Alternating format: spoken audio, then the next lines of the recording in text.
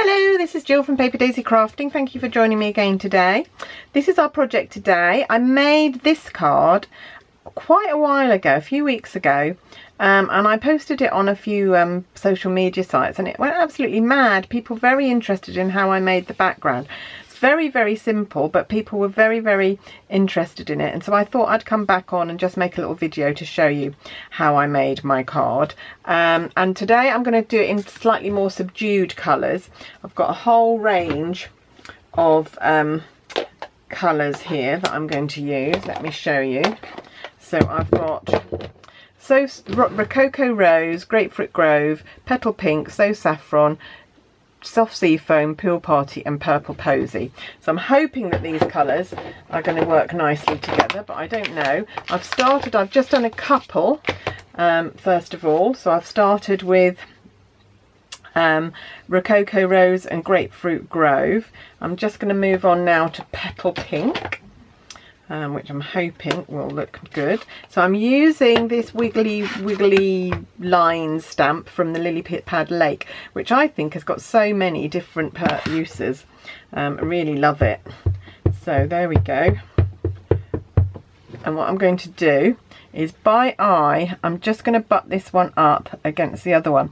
I did contemplate using the Stamparator to line these up, but it actually stamps them a little bit too far apart. There's a gap between them and I wanted them buttered up together, so I couldn't use the Stamparators. Right, there we go. That's the Petal Pink. That's going quite nicely. I think it's going to be a bit paler at this end.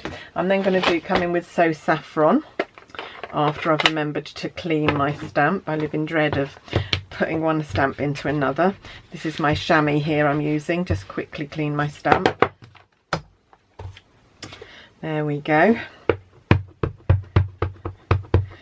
So Saffron, and again lining it up as close as you can without too much overlap. Oh, that's good. Yeah, like that. Yeah, this is going well. So again, clean your stamp. You could also measure. I think it's that each of these stamps is about 2 centimeters across, so if you're not sure about butting it up together, you could always measure and do 2 centimeter panels and then position your stamp in there. Right, Soft Sea Foam, which is this really, really pale green, is next. We have got some lovely pastel shades in the colour palette at the moment. I really love them. Much more my colour palette than the Regals. The Regals don't really do it for me, I have to say. I like the brights, I like the subtles. Right, okay, next one. So that was Soft Sea Foam. This one is, oh, just put my finger in the glue. This one is Pool Party.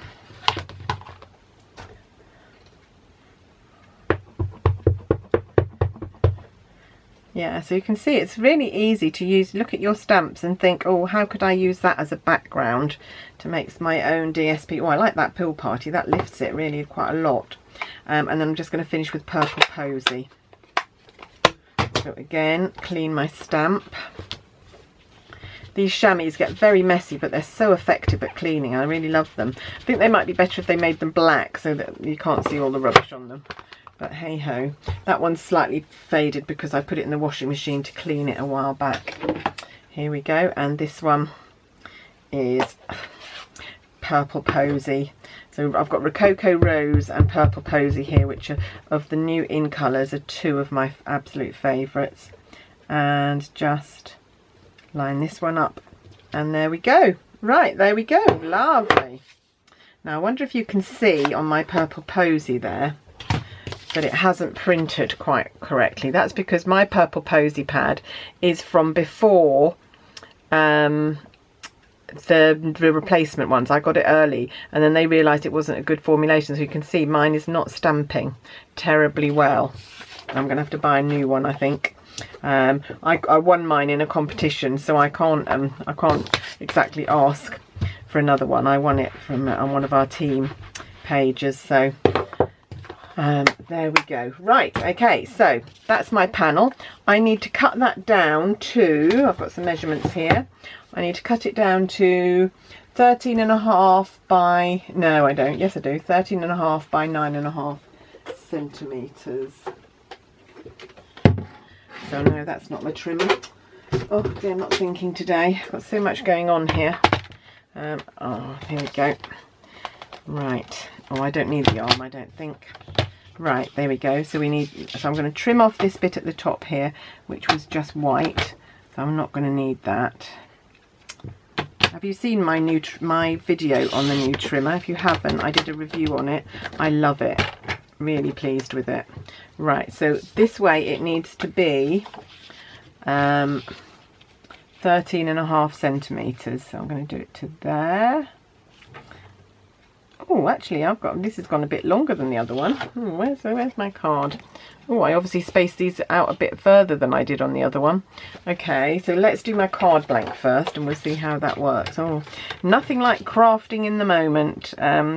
Let's see how that's going to work. I might have to trim a little bit of the Rococo Rose and the Purple Posy off to fit it on my card. Hadn't realised that. I'll tell you, it's so long since I made this card.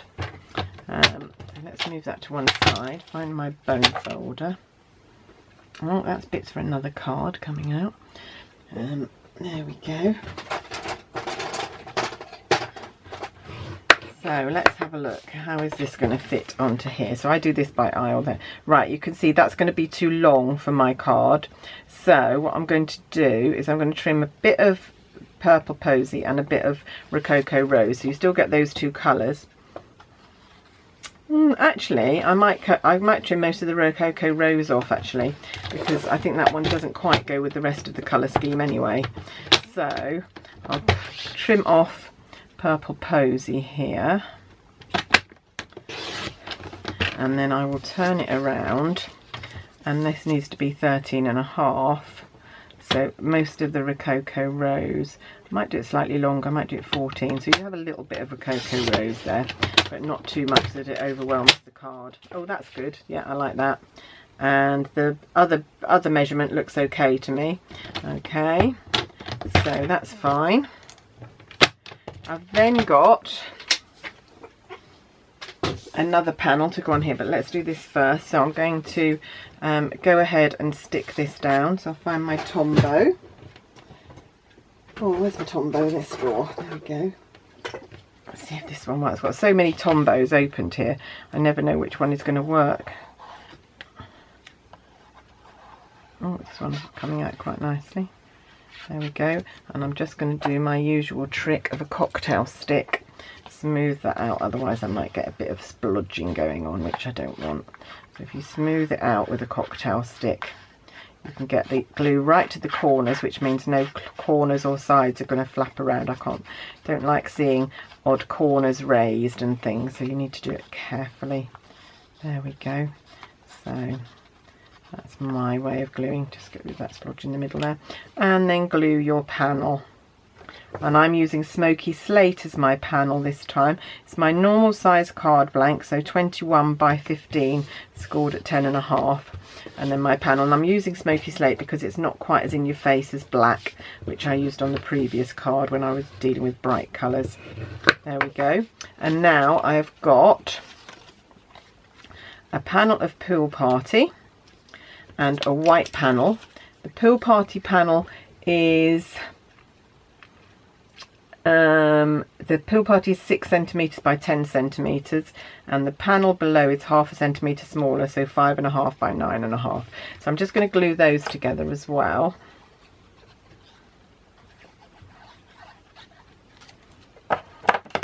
And then glue the whole panel onto my card.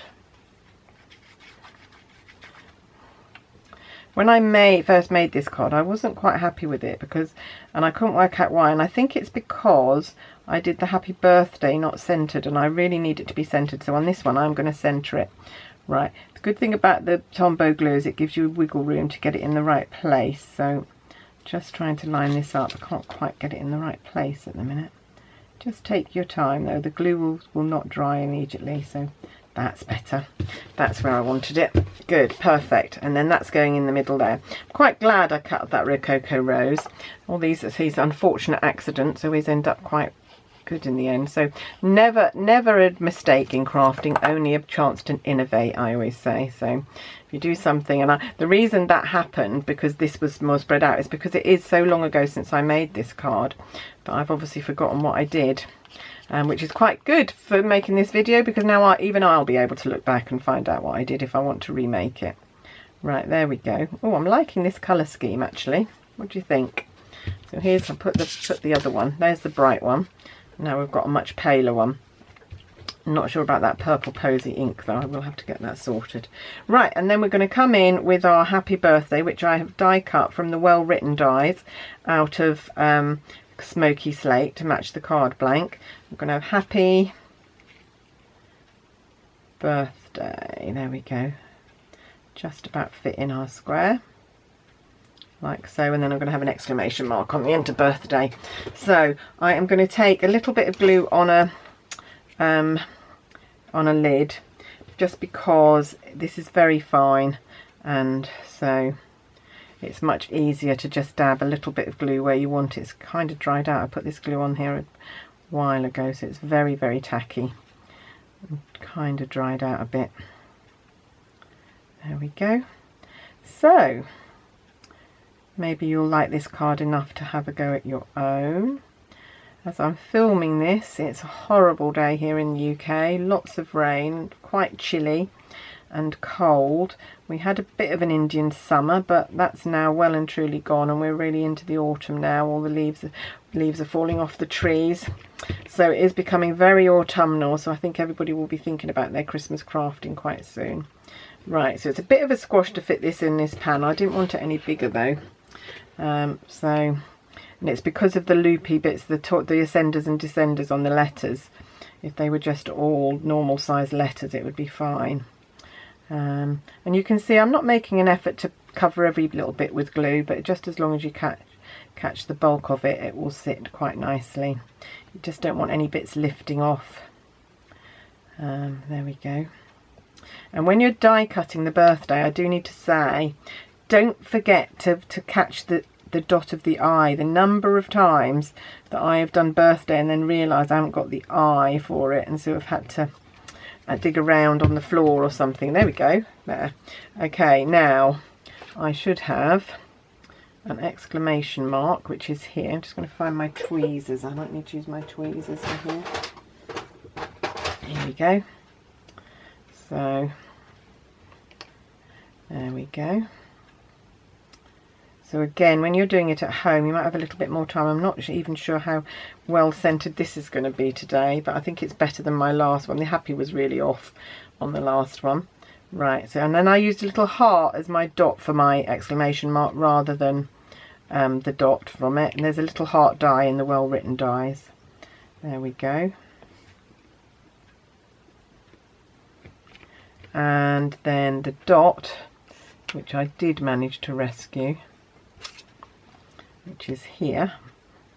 There. I'm just going to put a little dot where it needs to go, and then hope that I can manoeuvre it into the right. Oh, that looked easy. There we go. Sometimes easier than other. There! That's my card done. Okay, so we've got the pastel version and we've got the bright colours version. I quite like this one. I'm much happy with that happy being centred on that one. But this one's quite fun as well. So, hope that's solved your mystery for how I made my background. Maybe you can think of some other ways to use it to make backgrounds as well. And I will be back soon to show you more projects and fun and inspiration. Thanks for watching. Bye bye.